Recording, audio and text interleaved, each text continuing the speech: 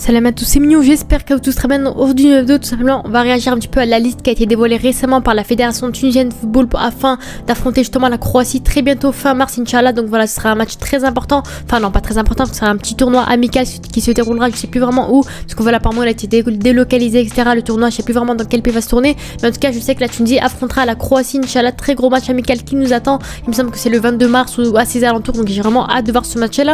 Mais en tout cas, cet après-midi, on a récemment eu la liste officielle de la Tunisie avec des surprises plus ou moins intéressantes, des joueurs présents, des joueurs absents. Il y a beaucoup de changements dans cette liste, notamment des choses positives et enfin des choses négatives comme d'habitude. La fédération on est habitué, encore une fois, des joueurs, des fraudes qui ont été appelés, des mauvais choix ou tout simplement des problèmes. Donc voilà, sans plus tarder, si la vidéo vous intéresse, n'hésitez pas à vous abonner et à liker. Et sur ce, comme d'habitude, bonne vidéo à tous. Donc voilà, voilà la liste devant vous, on va pas se le cacher. 4 gardiens de but, encore une fois, pour moi c'est clairement le plus gros problème qu'on a pu voir dans cette liste. 4 gardiens de but, ils ont cru qu'on était en 2018 pour appeler encore 4 gardiens de but.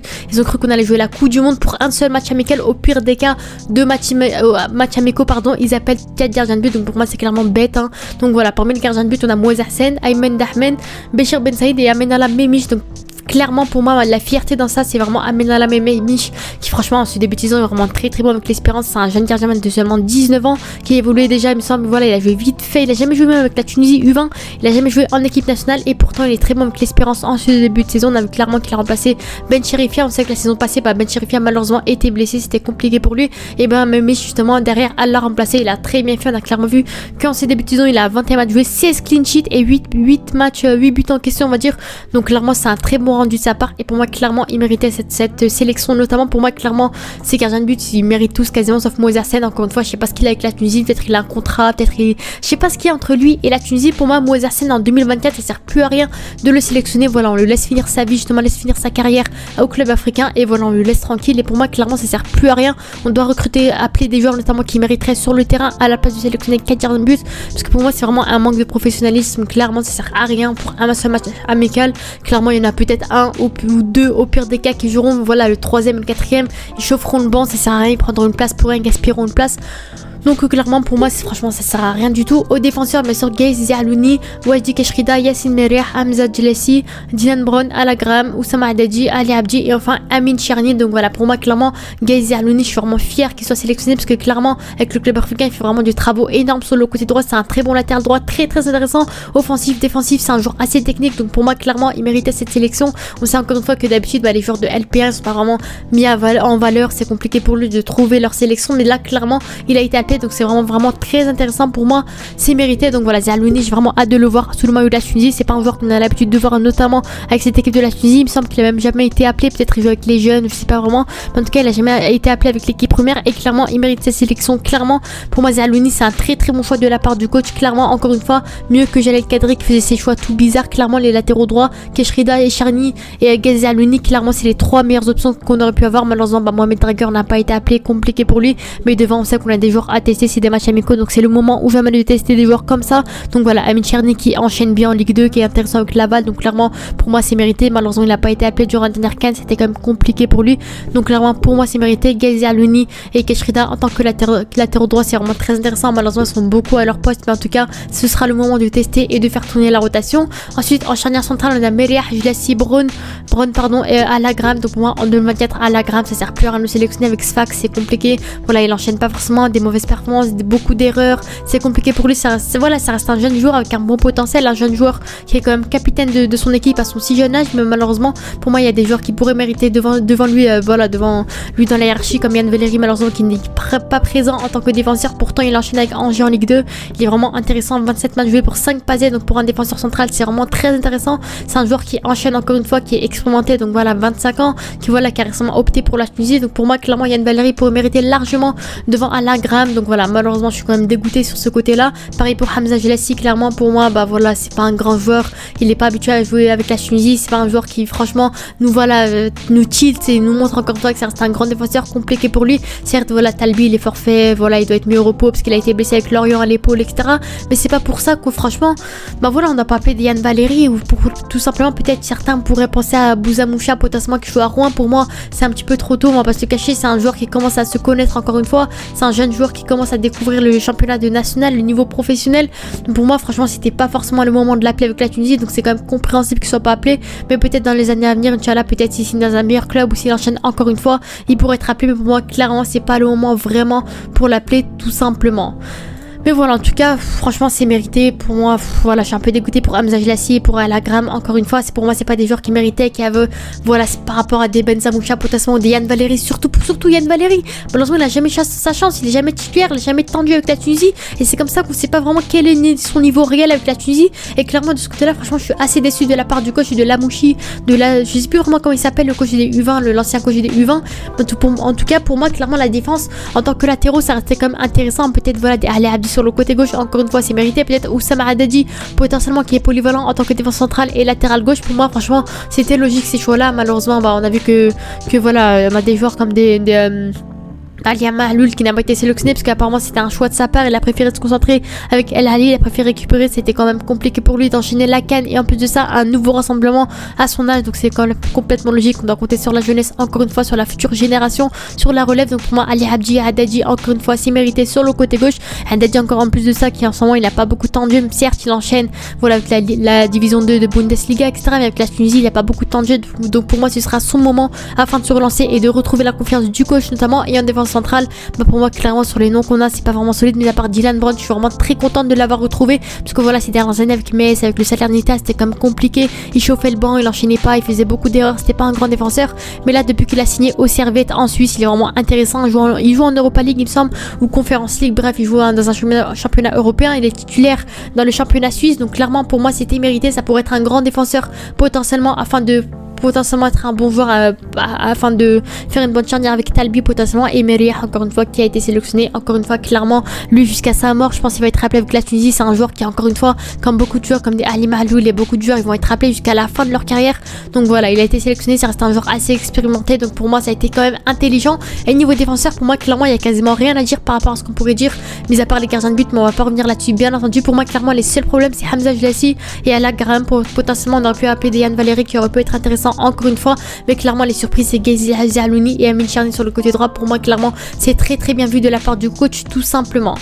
On passe maintenant au milieu de terrain et pour moi clairement c'est une masterclass de la part des milieux de terrain. Pour moi franchement c'est la première fois je vois franchement sur le papier, en tout cas sur le papier, mais en tout cas franchement je suis vraiment très contente de la part des joueurs qu'on a pu voir. Encore une fois Anis Ben Slimane qui malheureusement il enchaîne pas avec Sheffield, il n'a pas été appelé, lui qui a été un flop durant la dernière Coupe d'Afrique. Donc pour moi clairement c'est a été un très bon choix. Donc voilà avec un El Eskiri, Aïssa Leidouni, Hamza Rafia, Hadi Mahmoud, Ben Romdan, Sam Chouchan et Oussam Tkra. Donc pour moi clairement c'est clairement mérité, franchement que des masterclass sur le terrain. Donc franchement pour moi je suis vraiment très contente des joueurs qu'on aurait pu voir. Donc Skiri, Leidouni on est un peu habitué, Hamza Rafia qui a réussi à se révéler justement avec Lecce notamment en Italie, qui a réussi à trouver sa place avec la Tunisie, Hadi Mahmoud qui se dévoile de plus en plus avec son club Lugano il me semble, qui est vraiment très bon. Donc pour moi Hadi Mahmoud clairement il pourrait mériter du temps de jeu. On a vu durant la dernière Coupe d'Afrique qu'il était même pas rentré une minute il me semble, ça a été quand même compliqué pour lui, il a beaucoup chauffé le banc, il n'avait pas trouvé la confiance de Jalal Kadri. Donc pour moi clairement c'est mérité de sa part, franchement mérité pour lui, félicitations à lui, notamment Ben Romdan encore une fois. Donc voilà c'est pas un grand joueur, malheureusement c'est un peu compliqué pour lui depuis qu'il a quitté l'Espérance, il a plus retrouvé son niveau avec la Tunisie, donc c'est quand même compliqué. Mais mis à part ça mon chouchou Sami Chouchan qui a été appelé, encore une fois c'est un joueur qui franchement enchaîne beaucoup avec les jeunes de Brighton, c'est un joueur qui encore une fois a beaucoup à apprendre, il a beaucoup à montrer, et pour moi clairement il a les capacités et le niveau qu'il faut afin d'atteindre l'équipe 1 de la Tunisie. Et clairement c'était son moment, et franchement la masterclass du coach qui l'a appelé tout simplement. Et Oussem Ska qui encore une fois il a été appelé durant la dernière Coupe d'Afrique il me semble, qui encore une fois montre des masterclass avec l'Espérance du Tunis. Donc clairement pour moi c'était clairement mérité, et les meilleurs milieux de terrain possibles ont été appelés tout simplement.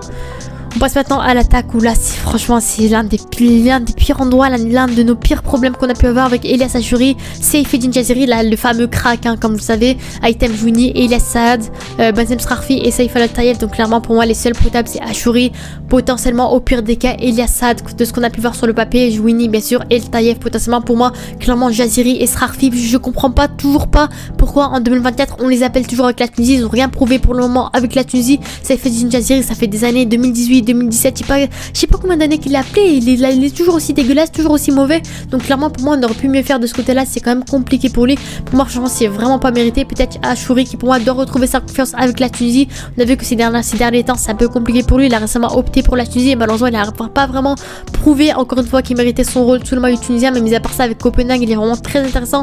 Donc pour moi sa sélection reste vraiment intéressante. C'est la relève sur le côté gauche, on a vu encore une fois que Msekni n'a pas été appelé, notamment on a pu le voir ici.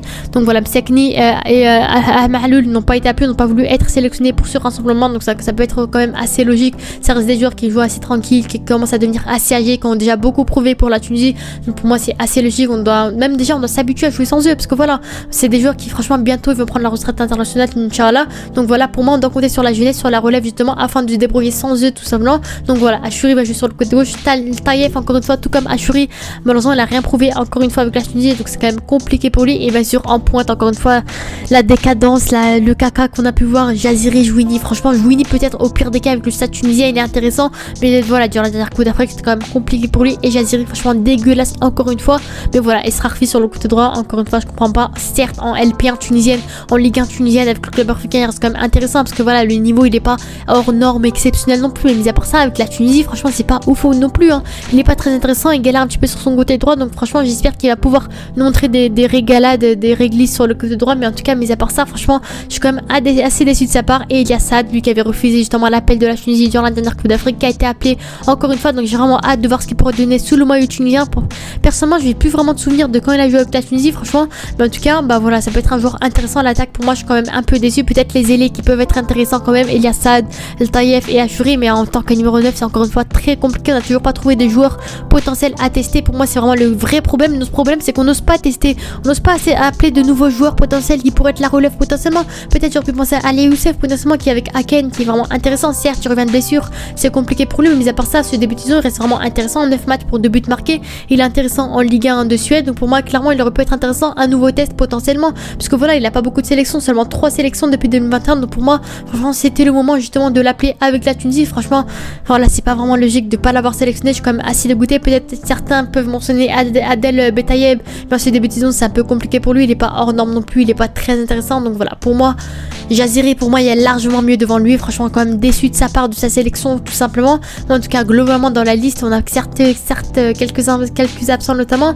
Voilà on a Nader Gandri tout simplement qui a récemment rejoint son club en Russie pardon, qui aurait pu être intéressant, qui s'est relancé, qui pour moi clairement a largement mieux le niveau que Julassi et Alagram. Pour moi ça reste un joueur très intéressant qui ces dernières années c'était quand même compliqué. Certes il avait rejoint le Koweït il me semble, ou les Émirats Arabes Unis, je sais plus vraiment quel pays il avait rejoint. Certes le niveau il avait régressé, mais là il s'est relancé complètement en Russie. Et pour moi clairement il aurait pu mériter un appel. Bien sûr Yann Valéry encore une fois je vous l'ai dit que pour moi il méritait clairement cet appel tout simplement. On a qui d'autre? On a El Mizouni notamment de milieu de terrain en 3ème division anglaise. Pour moi clairement franchement c'est quand même assez logique qu'il soit pas sélectionné. Voilà 3ème division anglaise c'est même pas le professionnel il me semble, c'est un peu compliqué. Pour moi clairement il doit trouver peut-être un niveau au niveau supérieur potentiellement, et là peut-être qu'on pourra compter sur lui, opter sur lui. Il a eu une seule sélection en 2019, peut-être qu'on pourra compter sur lui encore une fois. Mais au milieu de terrain on sait que la concurrence ça reste quand même assez rude. Déjà on a un joueur comme vous savez Hannibal Mejri, malheureusement n'a pas été sélectionné, encore une fois compliqué pour lui. Il a récemment rejoint justement voilà il avait refusé l'appel de la Tunisie pour la dernière Coupe d'Afrique en 2024 parce que voilà il cherchait un club, une bonne stabilité etc. Et là encore une fois il a pas été appelé parce qu'avec Séville c'est quand même compliqué pour lui, il a pas beaucoup de temps de jeu malheureusement. Franchement bon voilà c'est quand même voilà il a voulu se relancer etc, se trouver un bon club afin d'avoir du temps de jeu. Et bah avec Séville c'est la même chose, il a pas de temps de jeu et c'est très compliqué pour lui. Donc j'espère Inch'Allah que sa situation en club va se stabiliser, va devenir correctement, et ensuite Inch'Allah potentiellement dans les années à venir potentiellement trouver sa place avec la Tunisie, retrouver sa place tout simplement, parce qu'on sait qu'il reste un joueur avec beaucoup de potentiel qui pourrait trouver du temps de jeu tout simplement. Donc j'ai vraiment hâte, j'espère Inch'Allah qu'il va pouvoir retrouver du temps de jeu avec la Tunisie Inch'Allah et être rappelé tout simplement. Mais voilà on a beaucoup d'absents, voilà des Hannibal Mejri, des Yann Valéry, potentiellement des El Mizouni potentiellement qui pourraient être rappelés, parce que voilà encore une fois ça reste un match amical. Donc pour moi c'est le moment où je vais mettre de tester un maximum de joueurs, voir de quoi ils sont capables, et ensuite voir un petit peu voilà ce qu'ils pourraient donner avec la Tunisie, parce qu'en ce début de saison franchement il est vraiment très concentré. Franchement 43 matchs depuis le début de saison alors que la saison elle est même pas terminée, pour vous dire à quel point il enchaîne tous les week-ends du jeu. Voilà 2 buts et une passe D, donc ça peut être intéressant encore une fois. Mais voilà pour moi voilà des 3 anglaises c'est pas oufissime, peut-être s'il rejoint au pire des cas la 2 d'anglaise ça peut être intéressant, mais là c'est un peu compliqué, on va pas se le cacher. Et il me sort en tant que numéro 9 potentiellement. Voilà j'ai pensé à d'autres joueurs, il y a lui potentiellement El Mizouni, d'autres joueurs comme je vous l'ai dit, voilà des Benzamoucha, encore une fois, qui aurait pu être intéressant, mais voilà, pour moi, clairement, en national, c'est clairement pas le niveau de la Tunisie qui est recommandé, encore une fois. Mais voilà, Ali Youssef, comme je vous l'ai dit, encore une fois, en tant que numéro 9, mais mis à part ça, pour moi, la liste reste vraiment assez cohérente. Pour moi, les gros problèmes qu'on aurait pu voir, c'est le fait qu'on sélectionne 4 gardiens de but, en l'occurrence, Moser Sen, qui pour moi méritait vraiment pas sa place, mais mis à part ça, l'attaque reste quand même assez faible. Pour moi, c'était le moment où vraiment de tester des numéros 9 potentiellement, afin, voilà, de trouver le futur successeur pour la prochaine Coupe d'Afrique, Inch'Allah. Et pour moi, clairement, je dois revenir sur l'aspect, c'est le fait qu'on sélectionne des joueurs de LP1. Certes, on veut mettre en avant le championnat tunisien comme les Égyptiens ils font, comme les Marocains ils font, comme pas mal de pays, les Africains du Sud ils font.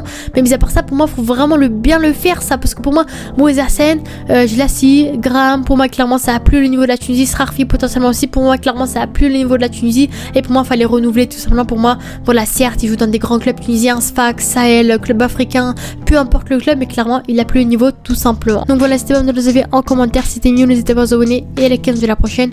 Ciao.